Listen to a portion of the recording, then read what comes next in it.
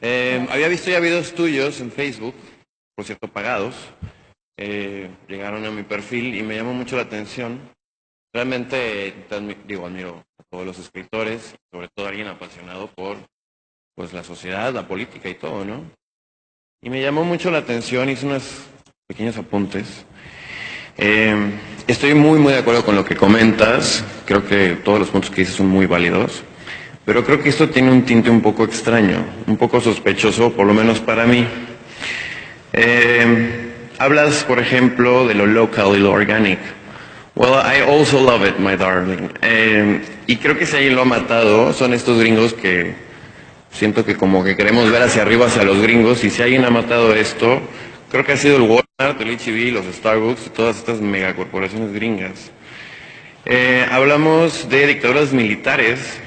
Bueno, en México tal vez no tenemos una dictadura militar como la pintas ahí en Venezuela, pero tenemos un narcogobierno, tenemos un presidente que fue extorsionado, secuestrado, se dice, por narcos, y todo mundo, sobre todo en este estado, hemos pasado por la violencia del narcoestado, ¿no?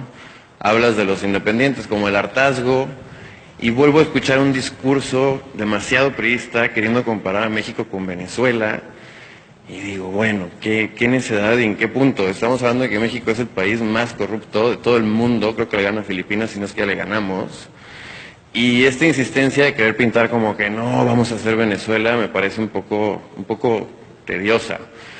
Yo entiendo que usted es de Guatemala, entiendo que bueno, en este país, aquí también tenemos a sus hermanos guatemaltecos pasando por el tren, debido precisamente a este monstruo capitalista que les ha impedido tener una tierra y un lugar donde vivir. Aquí están en la calle, en esta misma calle, tal vez desde su hotel los pueda saludar desde ahí, desde la ventana. Creo que ha sido ese neoliberalismo, ¿no? Que tan chairo que se oye, pero tan tremendo que es.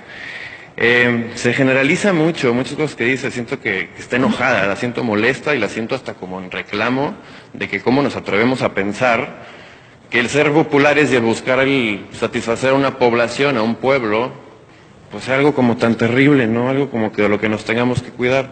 Es un discurso que venimos escuchando desde el 2012, cuando AMLO se quiso postular, ¿no? Que el populismo era realmente un peligro para México. Siento un desprecio hacia los países latinoamericanos. Hablas del consenso de Washington y hablas de que, bueno, es que aquí en Latinoamérica no sabemos ni sumar ni contar y en Washington sí tienen todo en orden y está muy bonito. En Estados Unidos tienen la deuda más grande y abismal del mundo, se imprimen sus propios billetes y no tienen oro para respaldarlo. No creo que sean muy buenos contando, lo que son muy buenos es engañando, invadiendo países precisamente como Venezuela, que no se ha dejado sacar un petróleo, que México ya se vendió, ya no necesitan intervenir Venezuela, no necesitan hacer un gran escándalo, aquí ya lo vendimos. Escucho de la privatización como si fuera a expropiar la propiedad privada, cuando la privatización de la que se habla AMLO, como el general Lázaro Cárdenas, pues fue la del petróleo, que si no es de todos los mexicanos, alguna vez lo fue, y hoy en día este peligroso populismo que hizo que Peña Nieto saliera diciendo que iba a bajar el gas y la gasolina, y este show populista, que creo que ese es realmente el verdadero populismo peligroso, y al final nos ha impactado a todos, se vino un gasolinazo de 20 pesos para el 2018. Entonces, yo entiendo la intensidad con la que llega usted y quiere externar todo esto, me parece muy interesante, con mucho gusto voy a leer su libro. Gracias. Por supuesto. Sin embargo, sí le pediría un poco más de sensibilidad porque viene a pintar un AMLO, una morena, viene a politizar completamente, que es un lugar más cerca de Venezuela, y viene a poner un Peña Nieto, permítanme porque vine a escuchar su plática, y a un Peña Nieto que está muy cerca de Suiza, como si realmente... Yo no lo puse cerca, los puse aquí a los dos, yo no sé si me diste. No, sí, estaban muy cerca, pero la izquierda está... Es que es un programa muy sutil lo que tienes. Es que tengo 1, 2, 3, 4, 5, 6, 7, 8, 9, 10, 11, 12 puntos has hecho. Vamos uno por uno. Venga. Local y organic. Todas las empresas que tú odias tienen subsidios y proteccionismos del gobierno gringo. Cada vez que tú miras una multinacional aplastante, tiene un subsidio y un proteccionismo gringo. Y si tanto te gusta el rollo, te recomiendo el documental Food Inc., donde se ve precisamente que las grandes corporaciones que tú odias no tienen nada que ver con libre mercado, porque en el libre mercado ninguna empresa es salvada o subsidiada por papi gobierno. Monsanto tiene subsidios de papi gobierno. Espérame, ahora yo te dejé hablar, ahora, espérame, déjame terminar con todos tus puntos. Del segundo punto, bueno, lo único que te estoy diciendo es, las megacorporaciones que tanto detestas tienen subsidios y están protegidas. Te invito a que lo consultes. Gobierno, yo por eso estoy a favor de legalizar las drogas. No le veo alternativa a América Latina en seguir teniendo narcos gobiernos mientras las drogas sean ilegales. Y yo soy una gran precursora de legalizarlas. México no es el país más corrupto del mundo. Sí, es uno de los más corruptos, pero no es el más corrupto. El país más corrupto del mundo actualmente es Corea del Norte. Está en el índice de corrupción.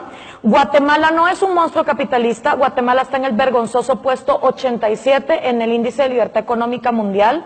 Si mis paisanos escapan de Guatemala es porque el subsuelo es del monopolio más corrupto que hay, o sea, el Estado guatemalteco. Y mientras el subsuelo sea del Estado, no solo en Guatemala, sino en toda América Latina, en este continente no va a haber libre mercado porque la gente no es dueña ni siquiera de la tierra donde está parada. Y eso es lo que hace que la gente se mueve para el norte. En el índice de libertad económica, como ya te dije, Guatemala está en el puesto 87, eso no es capitalismo, eso no es libre mercado. El neoliberalismo, que me molesta, todo lo que yo hablo, claro que me molesta, porque yo sí he ido a Caracas. Yo, a diferencia de todos los chairos que proponen comunismo sin jamás haber ido a Cuba, o si van a Cuba solo se van a un hotel 5 estrellas, yo sí fui a Caracas, a ver con mis propios ojos cómo está viviendo esa gente. El consenso de Washington, el consenso de Washington se pudo haber llamado el consenso de Cartagena o el consenso de Timbuktu. Yo no sé si es que no oíste bien, pero lo que yo estaba diciendo es que en ese consenso que se pudo haber llamado de Cartagena, de Timbuktu o de Monterrey, se llamó de Washington porque ahí se celebró, se reglamentaron 10 pasos que no se aplicaron ni en tu país ni en ninguna América Latina. Y el único que se aplicó mal, que fueron las privatizaciones que se hicieron en concesiones monopólicas. Pemex, como explica Luis Pasos en ese libro que les estoy rolando, de privado no tiene nada. Y tú hablas de que cuando fue el petróleo de los mexicanos, yo les pregunto, ¿y en ese momento todos los mexicanos tomaban decisiones sobre Pemex? ¿O era esta misma falacia de el petróleo es de todos y sus abuelos tomaron decisiones sobre Pemex? No, ¿verdad? Tomaba un grupo de burócratas decisiones sobre eso. Entonces, creo que estamos más de acuerdo de lo que tú crees. Y te invito a que investigues. Yo no estoy politizando con AMLO. Yo creo que tú eres el que no eres objetivo. Pero tengo que darle la palabra a otras personas porque de eso se trata la democracia. Gracias por venir.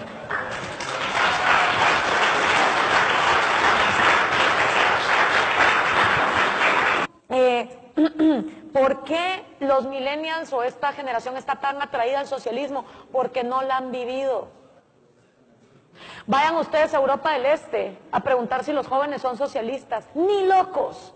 Porque ellos sí vivieron el comunismo de gulags y de miseria muy recientemente. Pregúntenle ustedes a los venezolanos si hoy son socialistas. Ninguno. ¿Por qué? Porque lo están viviendo. Entonces, este es un proverbio chino y ha pasado por muchas filosofías, el abuelo pobre, el padre rico y el nieto miserable, ¿no? Y esto ocurre generacionalmente en las familias.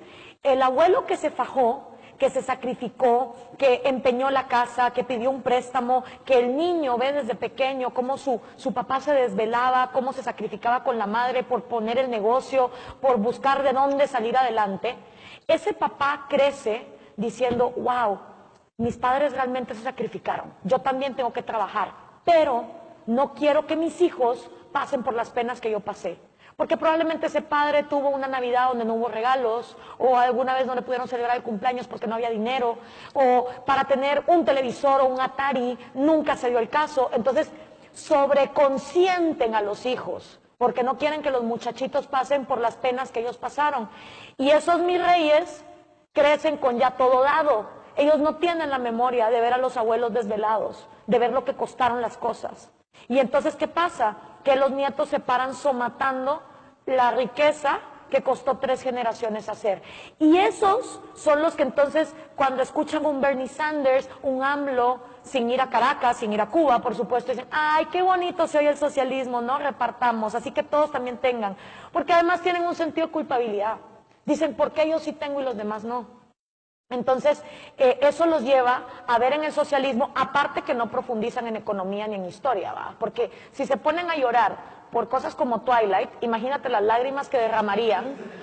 Bueno, ya Twilight ni de moda está, no sé cuál es ahora la novela del momento, pero imagínate lo que llorarían si leyeran lo que pasaba en los campos de concentración, lo que pasó en el genocidio de Mao. No tienen empatía por las más de 100 millones de personas que perdieron la vida en el comunismo porque simplemente no saben que eso existió.